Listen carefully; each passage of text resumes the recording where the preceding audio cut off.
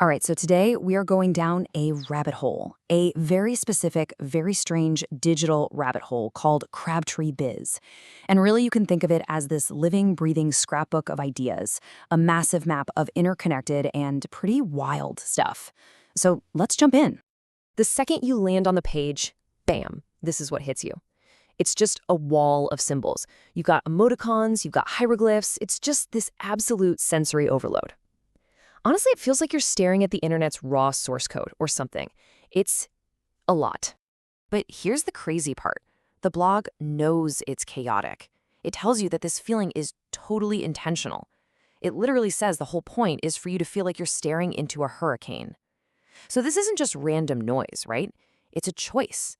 It's meant to be a direct feed from a mind that's just constantly processing, well, everything. The chaos itself is the point. So you'd think you'd just close the tab, right? It's too much. But hidden right there, in the middle of that hurricane, the blog gives you a key. It actually hands you the instruction manual for itself. It's a system designed to explain its own logic. And that manual is built on these three core ideas, these three pillars. And what's so cool is that we don't have to guess what they are. The blog leaves them right out for us. So that's exactly what we're going to do. We're going to use the blog's own map to take a tour of its universe. Okay, so pillar number one, this is the big one, the search for hidden knowledge. We're talking a deep dive into esotericism. This idea that there are invisible systems, secret rules, running the world just underneath the surface. And again, the blog tells us exactly what it means by that. It's talking about stuff like Gnosticism and Hermeticism. Basically, these are ways of thinking, entire schools of thought that they got written out of the official history books. So the whole game here is to try and find what was intentionally hidden or just plain forgotten.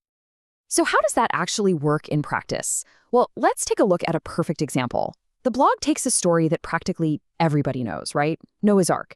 And then it asks this one question that just turns the whole thing completely on its head. So according to this worldview, the Great Flood, it wasn't about saving the righteous. No, it was a planned strategic reboot, a way to wipe out what it calls the failed Adamic race, like a buggy version 1.0 of humanity. And Noah? Not exactly human, an angelic hybrid. The theory goes that forbidden DNA from that old world was smuggled onto the ark. So the world wasn't really cleansed, it was just rebooted with the same old bugs. See how it works? It's all about finding the real story, hidden in the text. Okay, so that's the ancient world. Now let's move on to pillar 2. This is where things get really interesting, because it takes that exact same way of thinking, that deep skepticism, and aims it right at the modern world, at our politics, our news, you name it. And it has a name for this method, ritual resonance. The idea is that you don't just look at the surface-level facts of what happened. You dig deeper. You look for weird patterns in numbers, in names, in places, anything that might hint that there's a hidden script being performed, a ritual playing out in plain sight. And let me give you a really powerful example of what this looks like. The blog takes this hypothetical scenario, the imagined public execution of a political figure, Charlie Kirk, and it doesn't see it as just some random act of violence. No way. It sees it as a meticulously planned Masonic ritual sacrifice. And here's how they break it down. They analyze everything. The name Charlie Kirk itself is given symbolic meaning. The manhunt for the killer, it lasts exactly 33 hours, a number with huge significance in Masonry. Even the killer's name is analyzed for its Masonic connections. You see, they're taking all of these separate data points and weaving them together to say, look, this wasn't random, this was a script.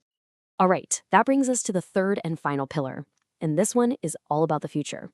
It's taking that same lens, that hunt for hidden systems, and pointing it at technology, at AI, the singularity, all this stuff that's literally changing what it means to be human right now. And yeah, the blog is absolutely obsessed with this stuff. We're talking about the explosion of AI, of course, the singularity, that wild idea of a point where technology just grows so fast we can't even comprehend it. And, the big one, simulation theory. The possibility that none of this is real, that we're all just living in a massive computer program. But what I love is that it's not all serious doom and gloom stuff. There's this really funny kind of chronically online humor to it. Like in this chat with an AI, it gives this super standard canned response. But the way it's phrased, I do not have access to the government's weapons, including weather modification. It just perfectly captures that default mindset of the blog. Even in a simple AI chat, it's always looking for the hidden system, the thing it's not supposed to be telling you. So, at this point, you've got to be wondering, okay, what's the connection? How does ancient history, secret societies, and future tech AI, how do they all fit together? What's the common thread here? And you guessed it, the blog tells us. The whole thing, the entire project, is driven by one single motivation: a relentless hunt for the invisible forces, the hidden rulebooks, the secret architecture that's actually running our world. So you can really break that hunt down into 3 areas. First, you've got the ancient spiritual systems that kind of set the stage for history. Then you've got the secretive political systems that are scripting what's happening right now. And finally, you have the emerging technological systems that might just control our reality in the future. And look, when you think this way, when you believe there are hidden systems everywhere, then everything becomes a potential clue. And that explains this number: over 2,600 posts in just 10 months. That's not just blogging, that's constant data collection. So this is really the key takeaway. In this worldview, nothing is separate. A strange, creepy story about a carnival that drowned can be posted right next to a dense analysis of geopolitics, because it's all seen as part of the same giant hidden pattern. It's all connected. Everything is a clue. Which of course leaves us with one final massive question that the whole blog is kind of screaming without ever saying it outright. It's this: if everything is a clue, then what's the puzzle we're supposed to be solving? And honestly, that question might say less about the blog and more about all of us, just trying to find some kind of meaning in all the noise.